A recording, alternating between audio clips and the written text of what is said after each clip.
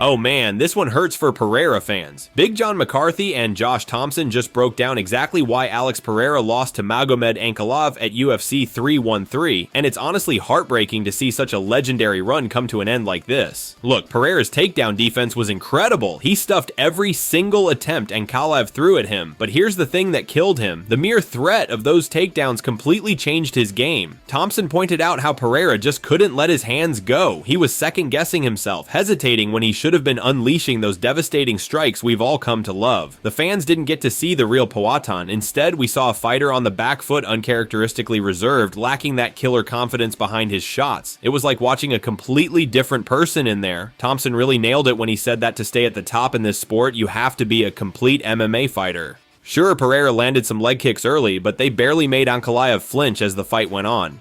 Big John added something crucial too. Ankalaev's relentless forward pressure was a game changer. He never gave Pereira a moment to breathe, to find his rhythm, to get comfortable, just constant suffocating pressure. But listen, this might not be the end for Pereira at light heavyweight. His wrestling defense looked absolutely phenomenal, shutting down one of the division's best grapplers. With a few adjustments, maybe being more aggressive and finding ways to counter that pressure, he could absolutely shine in a rematch. And according to Pereira himself, that's exactly what he plans to do. He's already promised to make the necessary improvements and come back stronger. If the UFC grants him that immediate rematch, you better believe Alex will be looking to reclaim his throne and prove he still belongs at the top. That expectation for Alex was like, okay, look, be ready, be ready, be ready. The wrestling's coming. And it kind of did a little bit, but not at the level of which made him so hesitant in this fight, John. It only takes a split second to get caught and clipped. And we saw it a little bit too with Ankalaev. The threat of the wrestling,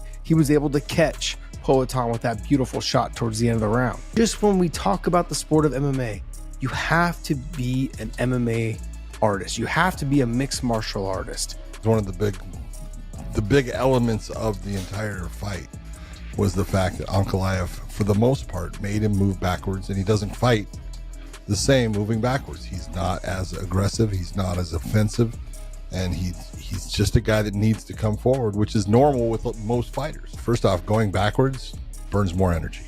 Your legs tend to get a little bit more tired quickly, in a quicker fashion.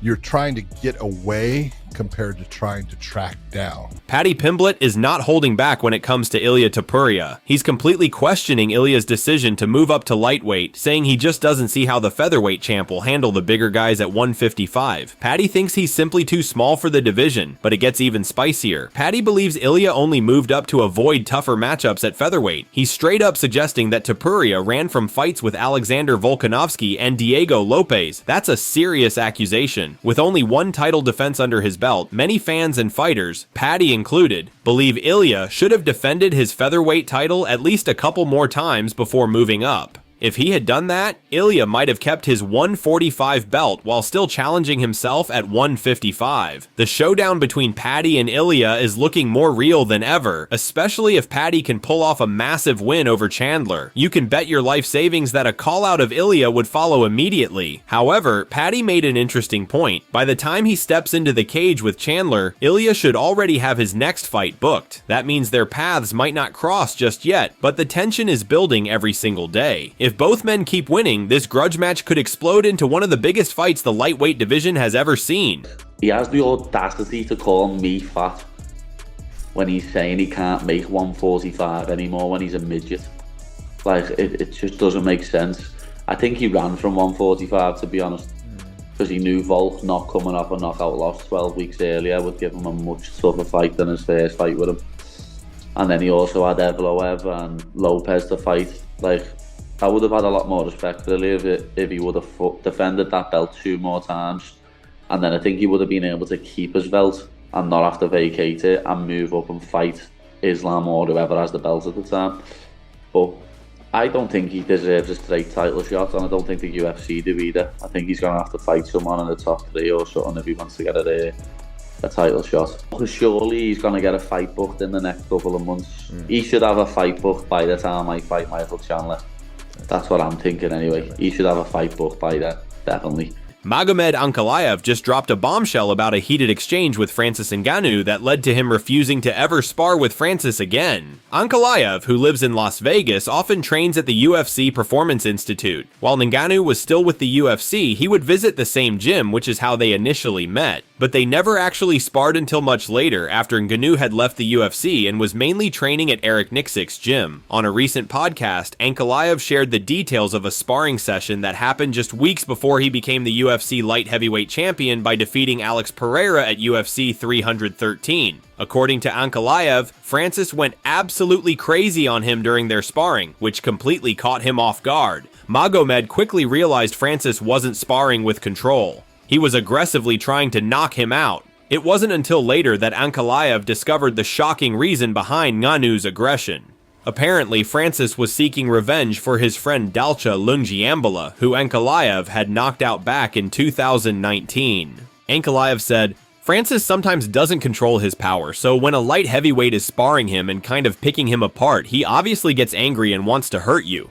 So we were sparring, and I just immediately noticed that he was trying to kill me, just coming to take my head off. So I immediately shot in and took him down. I held him down, waiting for the time to run out. Then I told him to never come up to me again and ask to spar. We argued a bit, and that was it. I later found out that the reason he was trying to knock me out was that I knocked out his friend Lungiambula." In other shocking news, Dustin Poirier's retirement fight opponent has been leaked, and it's none other than Max Holloway. In his latest interview with Submission Radio, Beneil Dariush accidentally let it slip that Dustin's final opponent is set to be Holloway. While fans have been speculating wildly about who Poirier might face in his farewell fight, it seems the UFC has already made their decision, and Dariush was the one who revealed it. Dariush, a longtime lightweight contender, was discussing his own career and potential opponents when he made the revelation. He ruled out both Poirier and Holloway as options for himself, explaining that they're expected to face each other soon. This leak comes as a huge surprise to fans who've been eagerly waiting for news about Poirier's retirement bout. While it's not an official announcement yet, Dariush's statement adds significant weight to the rumors that Poirier's career will conclude with an epic showdown against the former featherweight champion. This raises massive questions about both fighters' legacies. Poirier, a beloved fan favorite with an incredible career,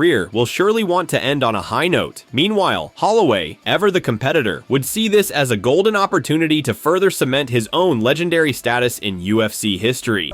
And the problem is right now, my understanding is Dustin Poirier and Max Holloway are going to fight. That's what I'm hearing. I don't know if it's 100% sealed and done, but that's what I'm hearing. Really, ahead of me, all that's left is Gamrot, which he's ranked number 9. We've already. Who do you think would win between these two legends of the sport? Leave your comments below.